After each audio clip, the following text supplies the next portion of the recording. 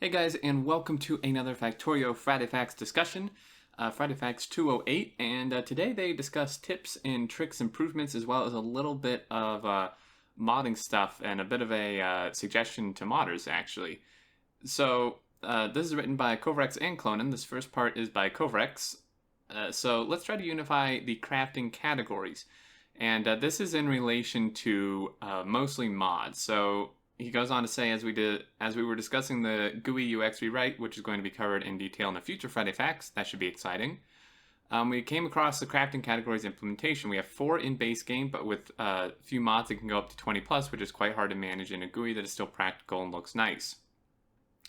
Making its own subcategory for the transport belts and putting them there is probably fine.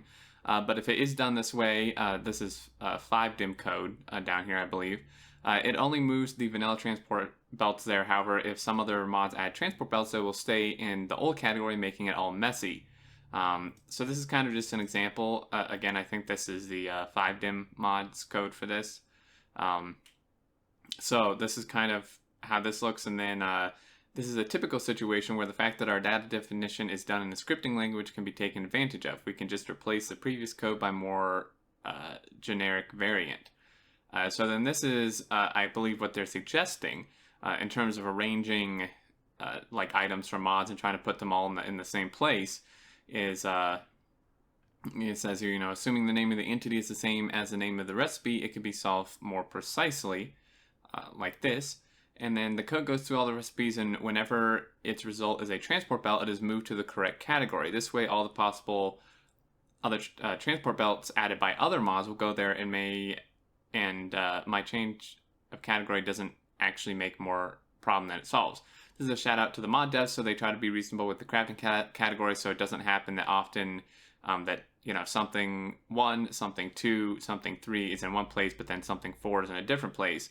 I've kind of experienced this sometimes with mods where, or more previously when I used to play with other mods that actually like added a ton of levels of stuff to the game and stuff.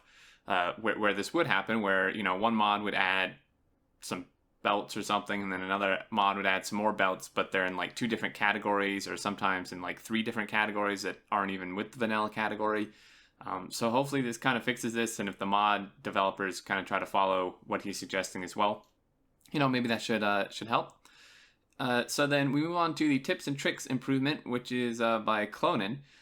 So currently the tips and tricks is that GUI that pops up when you start a new game, and unless you've permanently disabled it, which is understandable, I have.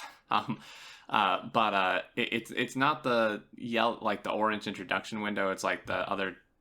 It's this that pops up that kind of goes through tips and tricks, but it needs some improvement, and it's good that they're kind of realizing this. So the tips and tricks GUI is perhaps one of the greatest sources to teach players about some of the obscure convenience features we have added to the game over the years. Fast replacing furnaces, inserted assembling machines, how to turn on detailed info, copy pasting, hotkeys for quick bar, so on and so forth. It is a shame then that this GUI is rarely read by the player, and this is our fault. It is easy to see the main reasons why. It is only shown at the start of a new game when many of these tips are not relevant, which is entirely true. I would completely agree that for a newer player, when you go to start a game, most of these things are going to, A, not be relevant, and B, probably overwhelm you because you haven't even encountered probably some of this stuff yet. And then once it's closed, it cannot be reopened without starting a new game, and many of the tips are outdated, old, or just plain ugly. So, yeah, this is what it looks like now, I believe. So, you kind of manually go through, and like he said, a lot of these may not be relevant at the time that a new player starts a game. And, if you go through and maybe forget one, you can't bring this back up without restarting a new game, which is a bit silly.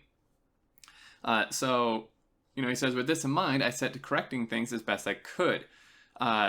Since the tips and tricks have been in the game for a very long time, involve moving some info around and making it work in multiplayer, but it's not deterministic, if I can talk right. Since it does not affect game state, determinism was not a concern. That would be a better way to say it. After adding a hotkey to bring the tips back up, which is fantastic, It feels very natural now to hit the hotkey on and off just to quickly check them. Another improvement I made was a button to go backwards through the tips and to loop once you've reached the last one, which is definitely good as well. It was kind of weird not being able to like go back to a previous tip. Then when it comes to visuals, he essentially just says that they were done on different terrains, and some of the entities were maybe out of date, and it was just kind of convoluted and such. So this is like an example of a new one. Albert had done a mock-up, so they now use this checkered background, which is quite nice for displaying this stuff, and uses the updated boilers and stuff now, of course. And boilers allow water to flow in and out of the two water fluid connections to output steam from the steam connection. So this is, pretty straightforward. You can see here the previous button is now in. After refreshing up the current tips, I will feel better about adding more, without the worry that nobody will ever read them. And no doubt it'll still change. So, as always, I was looking through the subreddit and forum comments, and a lot of people had feedback and were saying that like they disagreed with how this was done, and I would kind of agree, kind of not. One of the comments was actually specifically in regards to this particular tip, that having the pipes in between was maybe good in some ways but misleading in other ways, and I would be inclined to agree that the people were saying like, having a pipe in here shows that yes, you can run a pipe through, but that may be kind of logic, like just common logic. Whereas by displaying this, it may convey the fact that you can't hook the engine straight up to the boilers, which is not true, because you can, and that you can't hook up the steam engines to another steam engine, which you can do. So I can see that being an issue, that by having pipes in here, I mean, yes, it does show you can use pipes. Again, though, I would think that would be just kind of like just logical, that, I mean, if you want to transport a fluid of some sort, you use a pipe. But showing that you can actually connect them directly to each other without a pipe, I feel like would almost be a better tip than to show that you can use pipes, because by showing it this way, it may seem like you can't do it the other way, which, obviously is not true. And then some other people had some really good points. Some I agreed with. Some people said it like the tips and tricks should be an entirely different, like almost like an entirely different game state, almost like the train tutorials are that are in game. I don't know about that necessarily, because they're tips and tricks. I mean, it's not necessarily a tutorial. I'm not sure it's necessary to bring someone into a whole different like game state. But one point that a lot of people have brought up that I do completely agree with is that maybe these should be more like action or event triggered, rather than just all at the start, because the same problem still applies, is that a lot of these are not relevant when you first start. And yeah, you can reopen them and stuff, but I mean, I guess that kind of solves it. But I feel like it would be good to maybe have them pop up like on event. So, when you maybe go to like place your first boiler or something, then this one would pop up, or at least like a little thing, a little like message or something would pop up for you to click it and then open this. So it's not like too intrusive. But I do think that would maybe be a little more helpful. And then of course still have the option to not show them, like ever, because you don't want them popping up every single time you place a boiler in a new game. But having them like event triggered may be better. It may just kind of help the player along as they go, rather than just throwing a ton of information at them at the start. And then, again, they can reopen it now with a hotkey, but they may not remember, I mean, this may just be me with my bad memory, but, if I were playing, and I was going to do a boiler and a steam engine and stuff, and it was having problems, I may not remember that this was mentioned in the tips and tricks, so I may not even remember to look, and then just remain stuck. Whereas if it actually triggered on the event of you placing this or something, it would be like, oh, boom, okay, so this is how I do it. But yeah, I don't know.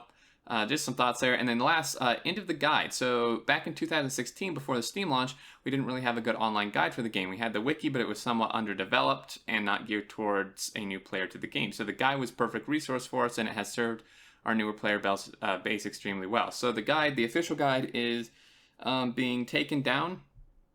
This is a little, for me personally, this is a little saddening, just because I actually wrote this guide.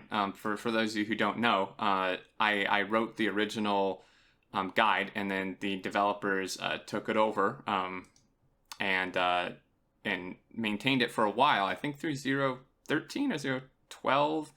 Don't remember at what point they stopped updating it, but it's not that I'm like pissed or anything that they're taking it down. I'm just, it's kind of almost an end of an era. I mean, I don't own the guide anymore, but just the fact that, just remembering going through and writing this myself and all that, just having it, the realization that, it's kind of going away. It's a little bit saddening, but understandable that it is out of date. I mean, that was kind of on them for them to keep it updated, but whatever. So it's now going to the wiki, which, I don't have a problem with, because the wiki is really good, and the wiki admins and stuff do a really great job at keeping it updated and improving it. Yeah, so they go on to say, unfortunately, in the 18 months since its introduction, a lot of the materials on the guide have become outdated. It would no doubt be a losing battle to try to keep updated, as we are continually adding and changing things in the game. So if we decide to take down the guide from public access, the wiki has received a lot of care from Gansker and Bilka. So they do a great job. I've talked to Bilka a fair bit. He does a really good job with that, and is a much better resource for players of all skill levels, so is now our recommended destination.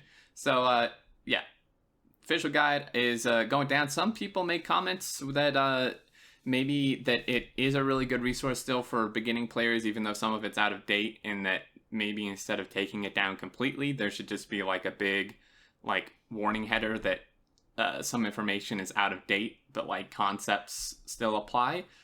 Which, I mean, for me, I would completely agree with that, because I certainly don't think that all the information in there is now irrelevant, and taking it down completely seems a bit much, but oh well. It is what it is. So definitely, if you're in need of assistance or whatever, check out the wiki. It is really, really good. I even go there fairly often to, double check some facts and stuff. It has a lot of great info. But that's going to do it for this Friday Facts. So, yeah, tips and tricks, end of guide, a little bit of modding stuff, and check out the forum discussions if you're interested, and the subreddit, as always, some good stuff there. And leave your thoughts down below. I'd like to hear your thoughts, as always, in regards to any of this. But until next time, guys, I look forward to seeing you all, and do take care.